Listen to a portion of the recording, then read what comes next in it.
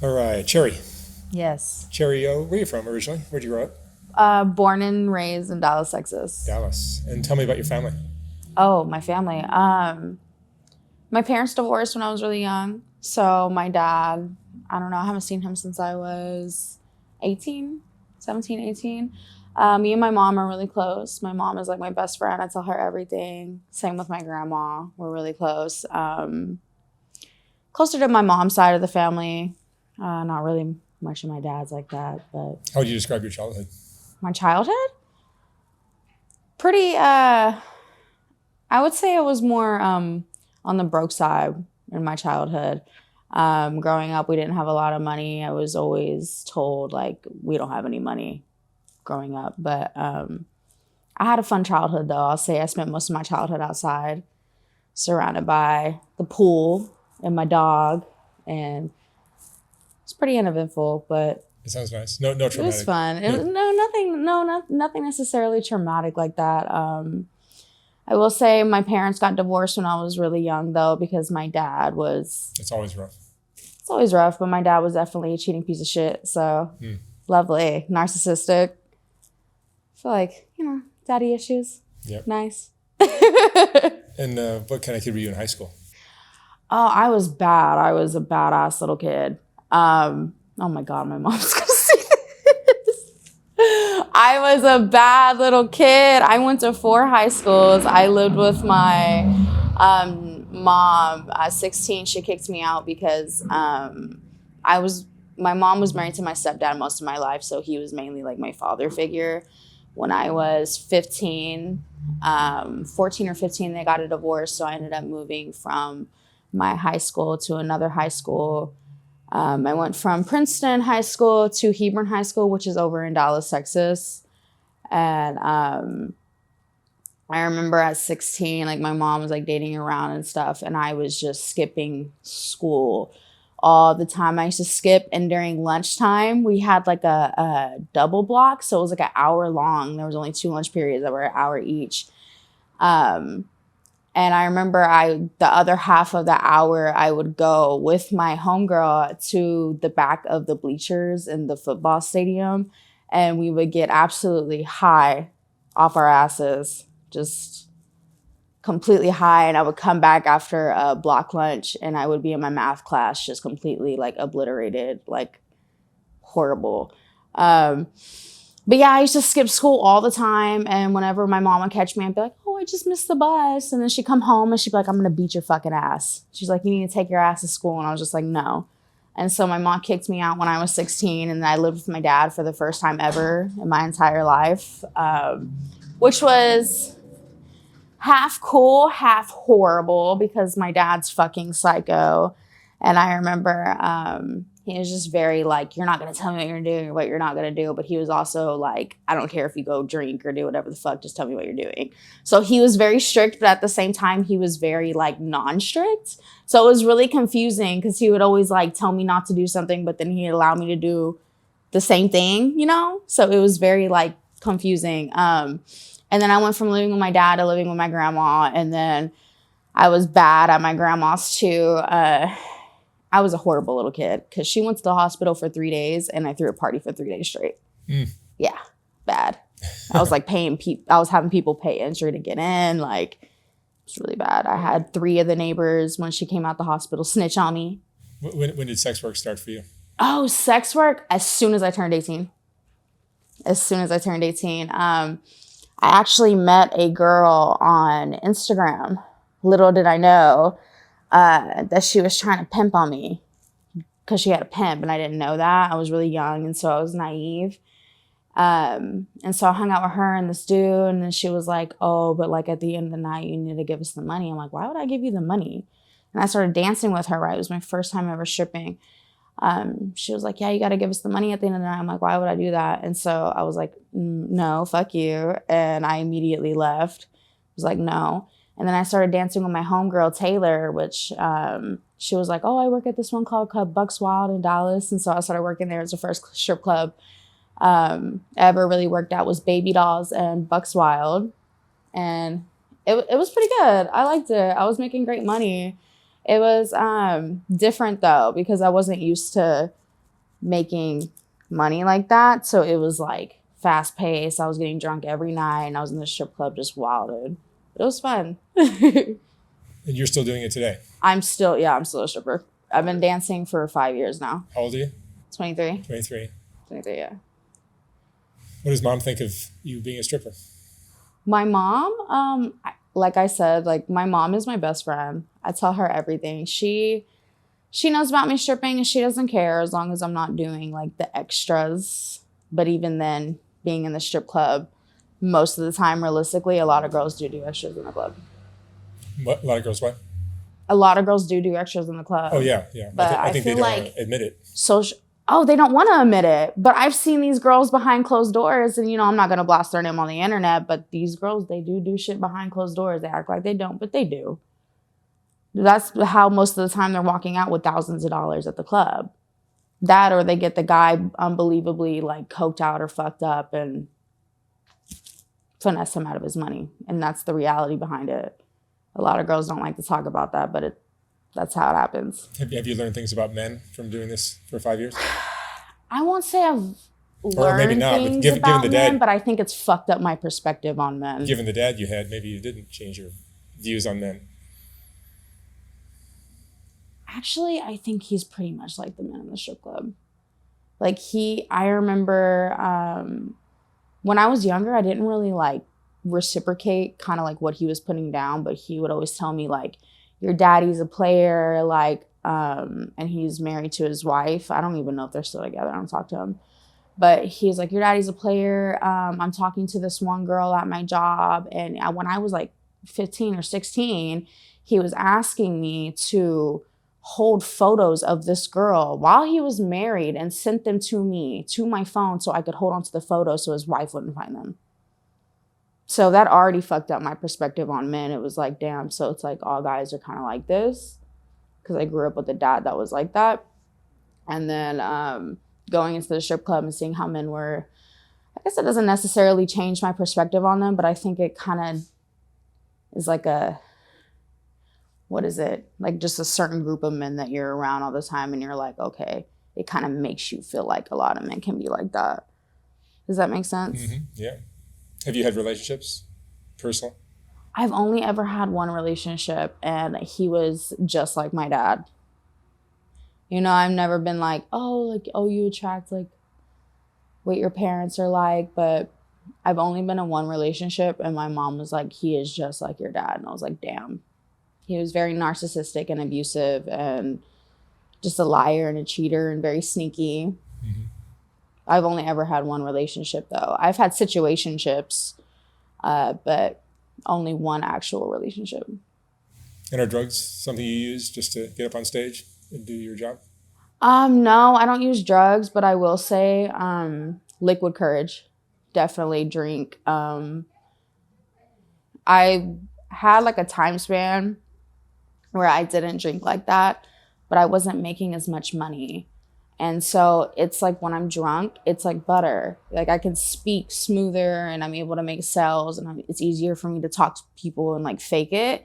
Because when I'm sober, I think men can kind of like sense the anxiety of me like talking to them and trying to make sales. It's kind of like a weird tension. And when I'm drunk, it's easy. It's just like butter. I'm able to like smooth talk them and get them to either buy dances or get a VIP room. Mm-hmm. How does this work affect you emotionally? Oh, it's horrible. Body dysmorphia in the strip club is real. I don't know what I look like half the time. I'll have days where I feel really pretty and really skinny, and then I have other days where I feel fat and I feel really ugly and then I don't know what I look like. And then you have the men that come to the club and they're just really disrespectful and they make like weird comments on your body, like calling you fat or something like that. So it's like half the time I don't know what I actually look like. Body dysmorphia in the strip club it's real and it's hard.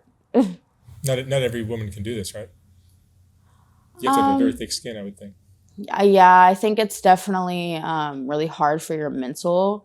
I think it's glamorized because of social media nowadays, but it's really hard for your mental being over sexualized like that at all times, especially when it's your job as a sex worker. It can be really hard. It's definitely stressful on the mental. Was there anything you had dreams of doing when you were younger, or even now? You're still young. I always dreamed of cosplaying like full time, like as like anime and gaming. I've been watching anime since second grade, like basically since I was born. Um, so just like gaming and cosplaying and being kind of like a social media influencer, but it's just so mainstream now. I feel like it could be kind of difficult. You make good money doing this? Stripping? Yeah. Yeah, I can make good money. I've had nights where I've made nothing, but I've had nights where I've almost made $10,000. So it really just depends on where you go and where you work. But I feel like there's always slow seasons, so you got to move around when it comes to the strip club. Do you go to different cities to do this? Yeah. So I'll go to LA, I'll go to Houston, I'll go to Dallas, wherever the money is at. Because sometimes it could be slower. And then like if it's slower, you might want to go to Miami because Miami is a travel city. Everybody's partying in Miami all the time. Go out to Miami, you can make 1,000, 2,000 minimum a night. That could be pretty average in Miami. But if you go to Texas, sometimes you'd be lucky to make 200 to 300 during slow season, which slow season is usually like around like Christmas time. So like October, November, December. Do you think you get addicted to the fast money? Oh, absolutely. It's very addicting because I've tried getting out of the sex scene or the sex work scene before and working like 9 to 5s and normal jobs. Like I went to bartending school. I've tried investing in myself and doing other things with myself to try to get out of the lifestyle. My anxiety don't allow it. I know how to make sales in the strip club. And on top of it, I feel like I'm just able to make so much money so fast, like lap dances and VIP rooms and stuff like that, that when I went and worked the 9 to 5 job and I work 9-10 hour shifts and make $120, I'm like, fuck that. That is not worth it. And I take my ass right back to the strip club like 2 to 3 days later. So the upside is you make great money. Yeah. What are the downsides of this lifestyle? The downsides of the lifestyle is definitely, I would say, health-wise, because when you're drinking every day, it can be really bad for your health because you're literally drinking, waking up slightly hungover, then you're sleeping through the whole day, and then you're literally waking up feeling like shit, and then getting ready, and then going to work, and then doing it again. And it's kind of just a repetition of work, sleep, hungover, getting ready, work, drunk, sleep, repeat. There's the wear and tear of it's basically a dark lifestyle. You know, you're not working in a flower shop. You're working in a strip club. Oh yeah, absolutely. Does that get to you after a while? Just what, working in the strip club? Working in the sex work industry where you're dealing with guys that are mostly probably drunk and probably cheating on their wives or girlfriends, and it's just not typically what you would dream about doing if you were a young girl. Oh, absolutely not.